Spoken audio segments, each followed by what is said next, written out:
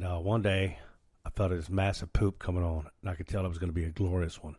So I grabbed the toilet paper, climbed up to the top of the tree, and there was a branch that wide out. That way, I could sit in the Y, and my poop hole would be in the Y, and I could still sit there comfortably.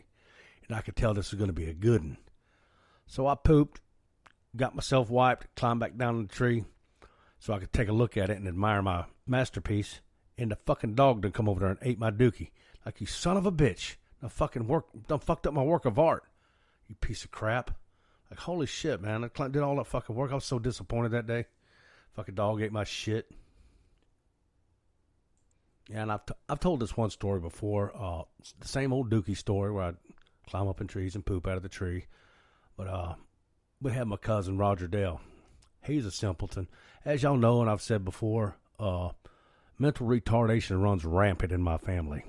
Yeah, it's a house full of fucking simpletons and where did it go, George? I'm a tabalama. Yeah, that type of retardation. Anyway, Roger Dale, he's simple as shit. So my brother coaxes him out to the door. We have a basketball court out there too. And when I say basketball court, it was a bicycle rim with the spokes cut out of them, nailed to the side of a tree. The same tree I like to take my poops out of. So we get Roger Dill out there, and what I do is I climb to the tree with a Phillips screwdriver, and I sit in my little perch where I take my dookies, and I would take the handle of the Phillips screwdriver, line it up with my anus, then drop it. And where it dropped and stabbed in the ground, I climbed down and I'd put an X in the ground with the same screwdriver, an X, just a big old X, and that's where Roger Dale had to be standing. So my brother finally coaxes him down there. Roger Dale standing on the X, just looking stupid, waiting for Glenn to give him his next orders. And I'm up in the tree, and I drop a log, a dookie log. That shit landed on his shoulder and laid up against his neck. The funniest fucking shit I've ever done in my life. I don't care. To this day. Comedy gold, my friend. I don't give a crap who you are. Comedy gold. Dookie is always funny.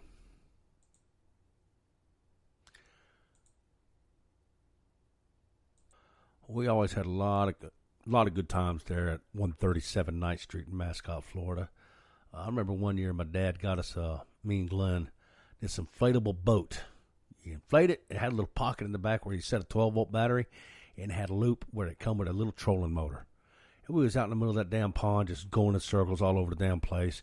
Then this pond was adjacent to a swamp.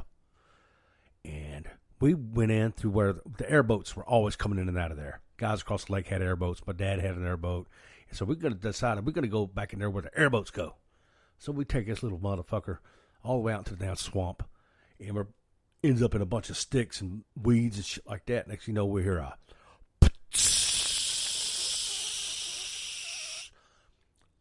done ran into a stick, and it punched a hole in the side of this damn inflatable boat. This time it was me, Glenn, my brother Glenn, my buddy Billy, and my other buddy, Sean Patterson. We're all four in this two-man boat. I decided to jump out on this piece of, it's like a floating chunk of land. It was just like, not even solid, but it's solid enough to hold me. And I'm out in the middle of the swamp. And they paddled to the shore real quick and gone for 8 fucking hours. I was on that little fucking floating island for 8 fucking hours. Then I ended up having to poop. So I pooped. Didn't have nothing to wipe my ass on, so I took my Brute underwear off. I don't know if y'all remember Brute underwear, but they were polyester, not even tidy whities, zebra skinned, but they were made of polyester. And polyester don't wipe dookie off of you real good. But this is going to be the dookie episode. Been a lot of poop talk on this one. But we'll get off all that poop talk right now. We was at this address, is 137 Ninth Street, for quite some time. So much so, both my sisters were born at this address. Not at the house itself. My oldest sister was born in, let me think, hang on. When she was born? She was born in Waterman Hospital in Eustis, Florida, March 22nd, 1984. I remember specifically because that was the first sister I had, and my brothers and I were so close together that we don't remember Mom being pregnant with either one of us or nothing like that. But this is the first time I ever saw my mom pregnant. And I had a little sister coming. Turns out she was the little shit. Tracy was a shit. Tracy, you were a shit. You were a troublemaking shithead. I love you to death, but you caused me so much fucking trouble growing up. Let me tell you about Tracy's little bitch ass. Sorry, Tracy, I love you. But this little asshole, Dad bought himself, he liked to try to pretend like it was for all of us, but he bought himself an Atari 5200. That was the game system to come out after the 2600, which was super popular in the 70s and early 80s. But then he come out with this 5200, and we would play it, and it had the power button on the front of it that would glow red. And we'd be in the middle of fucking whooping Pac-Man's ass or Moon Patrol or Vanguard. I forget what all the games, bunch of stupid games, shitty games. But Pac-Man was the number one game. We had it conquered. And be in the middle of just whooping some serious ass. And Tracy's little bitch ass would come up there and hit that power button. And there was no saving. There was no memory cards. When you hit the power button, that was it. That was a wrap. You get to start all over. And it didn't matter what level you were on. I was like, holy fuck, I could kill this little bitch right now. Oh, my God. She was constantly getting me in trouble because I'd get mad about that, and I'd get in trouble for getting mad about it. It's just a game. Screw you. You don't understand. It's not just a game. It's my fucking life. Asshole. Yeah, Tracy was constantly getting me in trouble because she just would not stop being a little asshole. I remember one time I'm outside mowing the grass, and I don't know why the hell Tracy had to be out there. She's out there in diapers with no shirt on. And I'm mowing the grass. I'm already hating life because I don't want to mow the fucking grass. I hate mowing grass, especially with a push lawnmower, especially with Dad's push lawnmowers, because Dad didn't have a nice anything. Dad's push lawnmowers or anything he had, he found on the side of the road, brought to the house, and made work. Sometimes it worked good. Sometimes it worked good, but it was also a death trap. This particular lawnmower was a death trap and a friggin' nightmare. Once you got it started, if you ever got it started, it ran good. But if it ever stopped, you'd have to pull on this son of a bitch, pull the rope for 2 hours to get it to start back up. And the only way to get it to shut off is pull the spark plug wire off. And if you're not careful, it will electrocute the shit out of you. So what we did was put a zip tie on it and left the zip tie long, and that's how you pull the spark plug wire off the lawnmower. Tracy had seen this being done enough to where she knew how to do it, I guess. So I'm mowing the grass, and I stop to pick up some sticks. And I walk away from the lawnmower, and I'm picking up some sticks and getting some garbage out of the way, and I hear, brrrr. That was the sound of the lawnmower stalling and dying. I look over. Tracy's standing over there by the lawnmower. She done pulled the spark plug wire off. And I looked at her, and I was like, you little fucking bitch. And as soon as them words come out of my mouth, all right, let me explain this housing situation before we go any further. We lived in a 2-bedroom, 1-bath house, little bitty house. 5 kids, mom and dad. No air conditioner. The windows are Jollity windows. If you don't know what those are, I'll describe them to you. They are single little skinny glass windows, a bunch of them stacked on top of each other. You crank a handle and they all open up. That's what that windows were in this house. The side door that was under the carport was an aluminum door with the same type of windows. And you could hear this door open and shut. It made a rattling sound, the sound of aluminum and glass rattling. And as soon as I said, you little fucking bitch, I heard that front door slam, and it slammed exceptionally harder than what it normally does.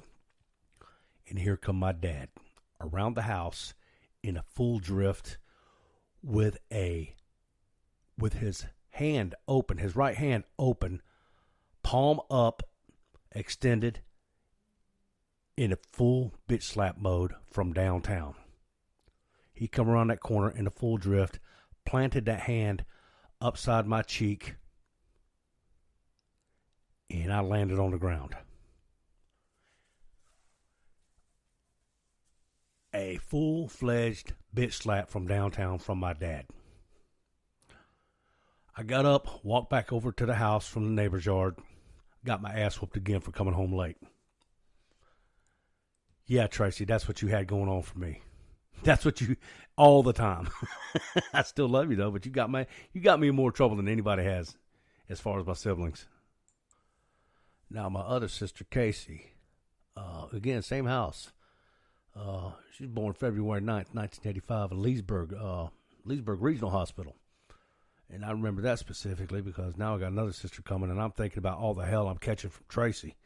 All this shit that she's putting my life through, or putting me through in my life, getting me in trouble all the goddamn time. Now we're about to double down with a second sister because parents treat females, daughters, differently than they do their sons. Sons get their head gone up against. They get bitch slapped or knocked down or ass whoops. Girls don't get it as much as us boys do. So all I'm thinking is like, what kind of trouble is this little asshole going to bring? But I was way off on that one because Casey was the sweetest baby. She was the best little baby in the world. Always smiling, always happy. Didn't cause any trouble. I remember one time, 5th grade. I was in 5th grade. And we were having those stupid little 5th grade parties where you bring like a cake or bring snacks or some shit to class with Casey and Tracy. And I carried Casey around the classroom on my hip like I was the father of this child, showing her off to all of my friends because she was such a sweet, cute baby, smiling and laughing, not sad about anything. And I was so proud of her. Still am. I know she thinks that I've shown Tracy more attention and Tracy's family more attention, but I haven't. The attention that I have shown them is because they were in need at the time. Casey hasn't ever really been in a whole lot of need because she's always had her husband Ronnie with her for a long time, so it hasn't really needed me too much. I just want both of my sisters to know that I'm super proud of them. They work hard. I love them both equally, and I wouldn't trade them for anything. I remember another time out on 137 Ninth Street. Me and Casey was outside dicking around on a swing set or some shit. I forget. I'm trying to keep these girls occupied because my dad was a truck driver. He come in off the road and he wanted some quality time with Mama. So I had to deal with the girls because Glenn wasn't doing shit. But I'm outside with Casey this time. I forget where the fuck Tracy was. She's probably taking a nap. I don't know. But we're outside dicking around. And the neighbor dog's in the fucking yard. No, it wasn't a neighbor dog. It was one of our dogs that we dragged up from some fucking where. I forget where the hell it came from. The yard sale. I don't fucking know. But Casey's playing with him, and the dog nips at her. Like he gets a little aggressive with her. Snaps at her. He didn't hurt her, but he snaps at her. That was the wrong thing to do, dog. And I'm probably wrong for reacting the way I did, but I was 11 years old, 12 years old, something at the time. I stomped this fucking dog within an inch of its life.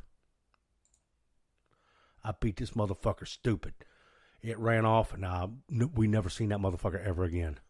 But nobody, no thing, no dog fucks with my little sister.